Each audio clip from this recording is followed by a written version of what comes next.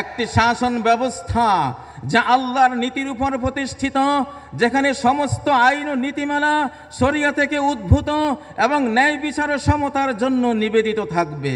রাষ্ট্রের লক্ষ্য আল্লাহর সার্বভৌমত্ব রক্ষা করা। 2, সকল নাগরিকের মর্যাদা এবং অধিকার নিশ্চিত করা। 3, নৈতিক, সামাজিক এবং অর্থনৈতিক ন্যায় বিচার প্রচার করা। 4, সমস্ত ধরনের নির্যাতন এবং দুর্নীতির বিরুদ্ধে লড়াই করা। রাষ্ট্র পরিচালিত হবে আল্লাহ ও তার রাসূলের প্রতি সম্পূর্ণ আনুগত্যের ভিত্তিতে। আপনারা কি এই সংবিধানকে ভোট দিচ্ছেন?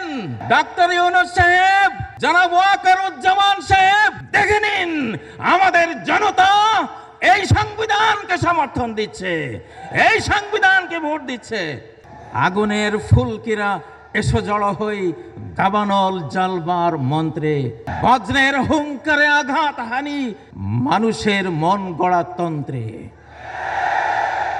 আমরা দুর্বার, আমরা ভেঙ্গে করি সব চুরমার, আমরা স্রষ্টার নিয়মে সুশৃঙ্খল, আমরা মানি না কারো কোনো বন্ধন, নিয়ম, কানুন, শৃঙ্খল। আমরাই তো সেই বিধাতার চির বিস্ময়, যারা নমরুদদের আগুনে পুষ্পের হাসি হাসে, যারা বেঈমানদেরকে ডুবিয়ে জাহাজ ভাসায়, যারা ফেরাউনকে তলিয়ে দিয়ে লাঠির আঘাতে বিশ্ব রোড নির্মাণ করে সাগরের বুকে। আমরাই তো বিশ্ববিধাতার সেই চির বিস্ময়। নতুন বাংলাদেশের নতুন সংবিধান, আল্লাহর নামে যিনি পরম করুণাময়, অতি দয়ালু। আমরা স্বাধীন বাংলাদেশের জনগণ ইসলামকে আমাদের শাসন ব্যবস্থার ভিত্তি হিসেবে গ্রহণ করে এবং ন্যায় বিচার ও স্বাধীনতা এবং ঐক্যের নীতিগুলোর প্রতি প্রতিশ্রুতিবদ্ধ হয়ে সংবিধান প্রণয়ন করছি। কোরআনের শিক্ষা এবং মহানবী মুহাম্মদ সাল্লাল্লাহু আলাইহি সাল্লামের সুন্নাহর উপর ভিত্তি করে এই সংবিধান রচিত হবে। এটি আল্লাহর আইন প্রতিষ্ঠা, সামাজিক সমতা নিশ্চিত করা এবং ইসলামী উম্মার সার্বভৌমত্ব রক্ষার জন্য নিবেদিত থাকবে। প্রথম অধ্যায়, ভিত্তিমূলক নীতি। ধারা 1, রাষ্ট্রের প্রকৃতি।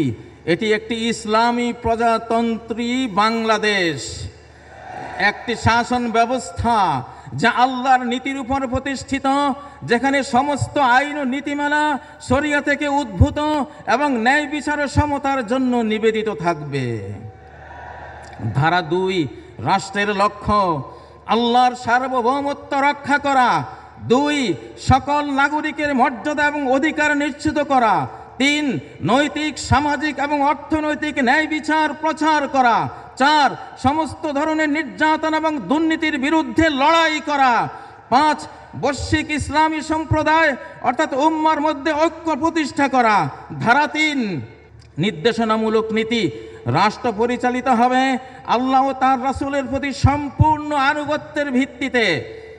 2, বিদেশি আধিপত্য থেকে স্বাধীনতা বজায় রাখার উপর। 3, নৈতিক শাসন, জবাবদিহিতা এবং স্বচ্ছতার উপর।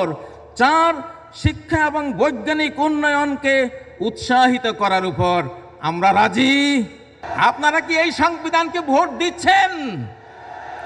ডক্টর ইউনূস সাহেব, জনাব ওয়াকারুজ্জামান সাহেব, দেখে নিন আমাদের জনতা এই সংবিধানকে সমর্থন দিচ্ছে, এই সংবিধানকে ভোট দিচ্ছে। পারিবারিক সমস্যার ক্ষেত্রে স্বামী স্ত্রীর উভয়ের বংশের বিচারক নিয়োগ করা হবে কোরআনিক বিধান।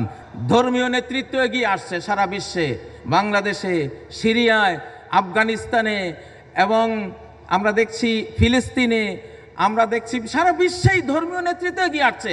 অতএব ধর্মের বর্মে সুরক্ষিত থেকে, আকাশের অভিশাপ থেকে, জমিনের গজব থেকে আমাদের বাঁচতে হবে। আল্লাহ আমাদেরকে তৌফিক দিন।